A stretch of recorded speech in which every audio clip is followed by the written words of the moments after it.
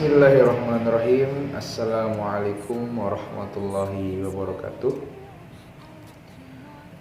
Selamat pagi dan salam sejahtera untuk kita semua. Apa kabar anak-anak? Alhamdulillah, ini adalah pertemuan pertama kita di tahun pelajaran 2020-2021.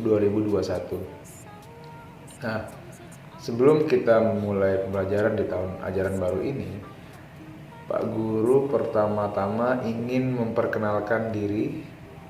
Jadi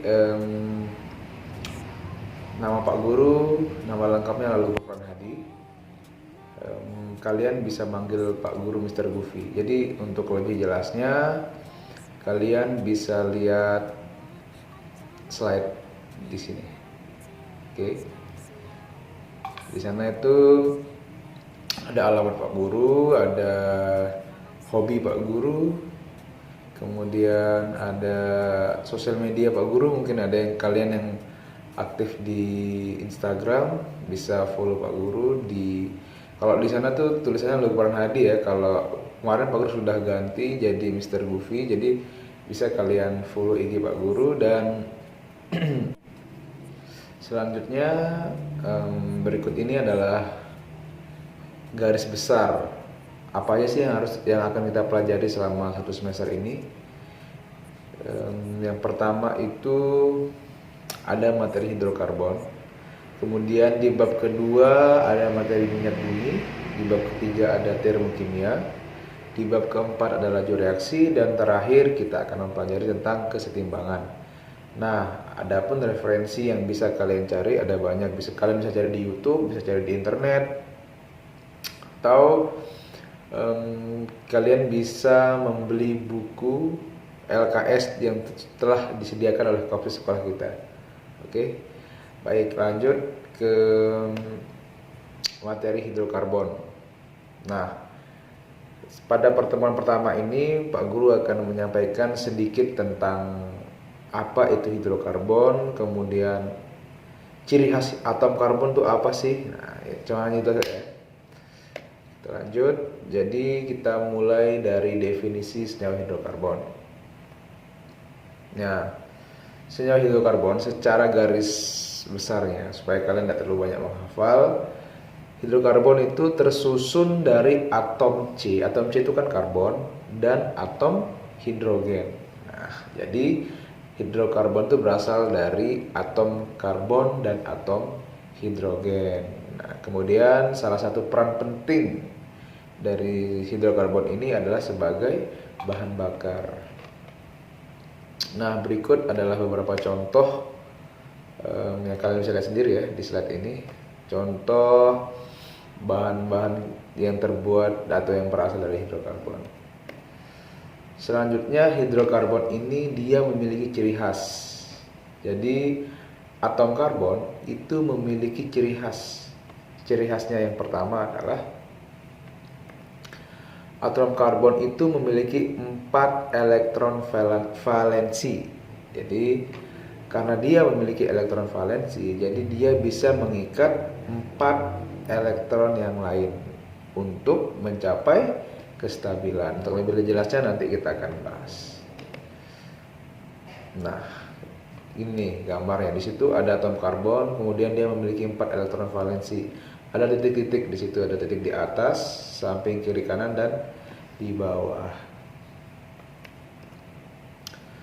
Selanjutnya, jari-jari atomnya relatif kecil karena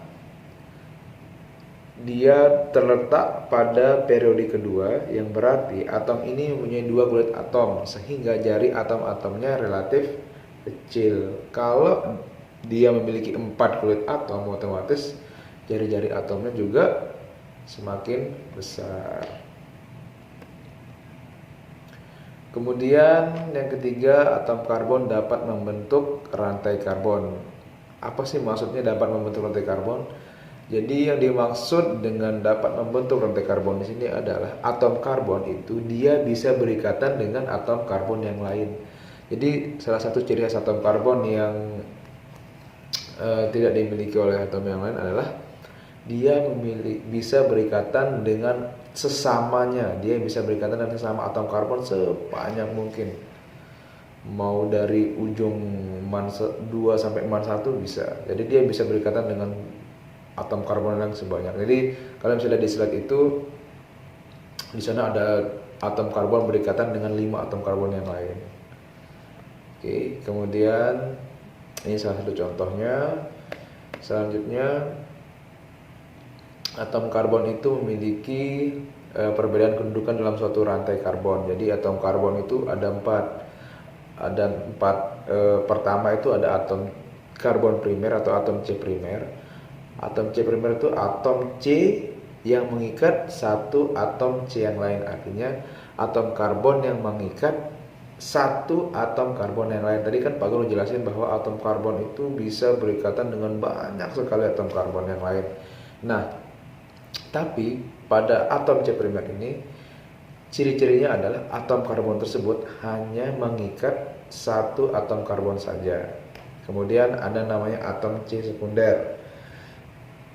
Atom C sekunder itu atom karbon yang mengikat 2 atom karbon yang lain. Nah, gitu. Kemudian ada atom C tersier. Atom C tersier itu adalah atom karbon yang mengikat 3 atom karbon yang lain. Kalau tadi ada atom primer mengikat 1 atom karbon, ada atom karbon sekunder mengikat 2 atom karbon yang lain, ada atom karbon tersier mengikat 3 atom karbon yang lain. Kemudian ada yang atom karbon terakhir itu atom karbon kuarterner.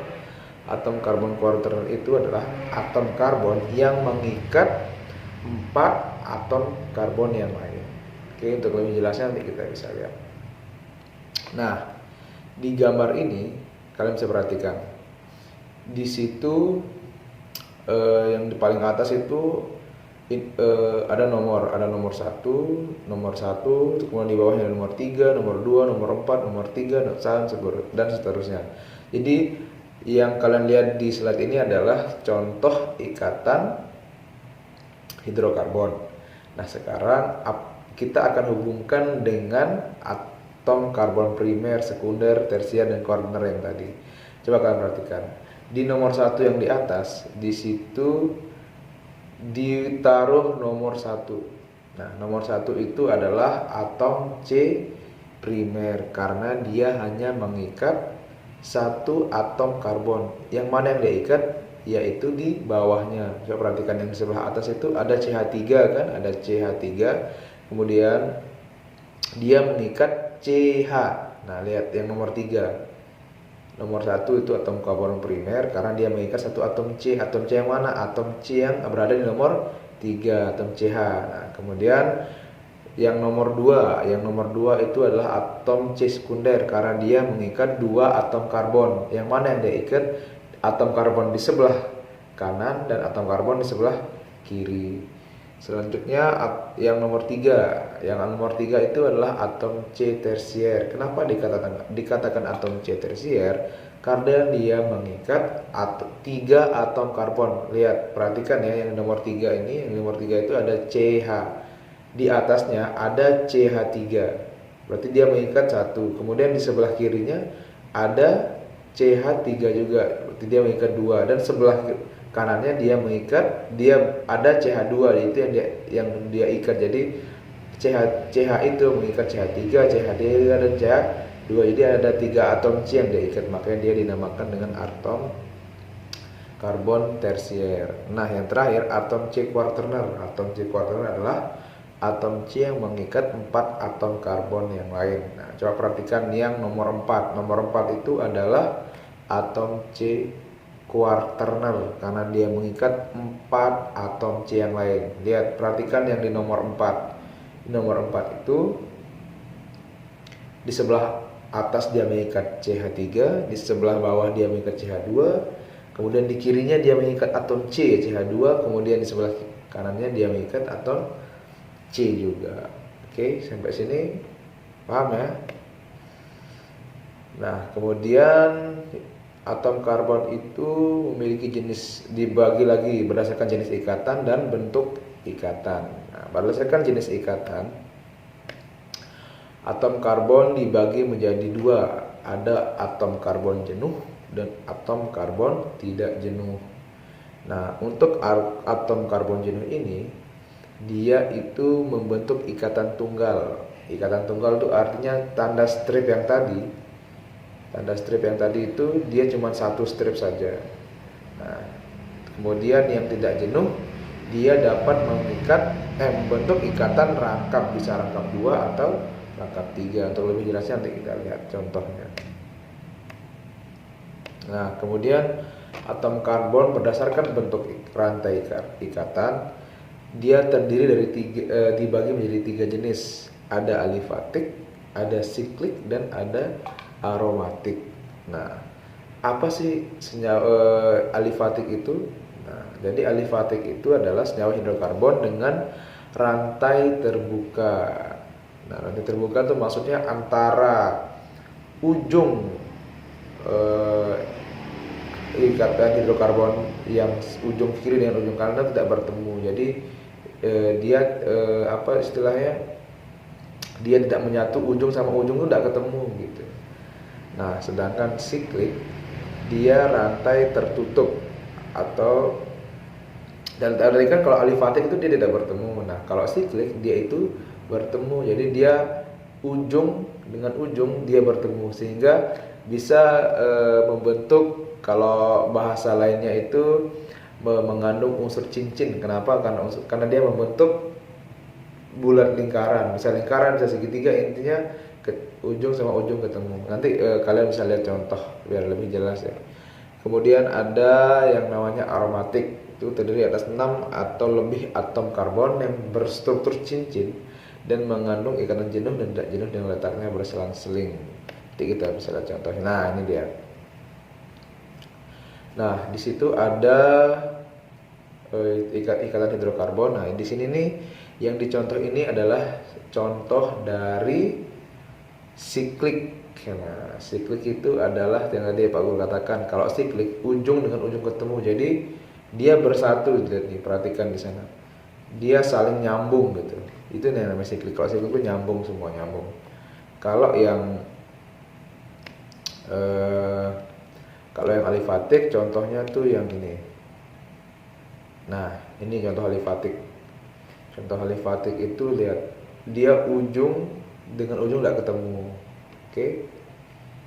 Ya, sampai di sini dulu materi awal kita. Nanti untuk lebih dalam lagi kita akan lanjut di pertemuan berikutnya. Tetap semangat dan jangan lupa bahagia. Assalamualaikum warahmatullahi wabarakatuh.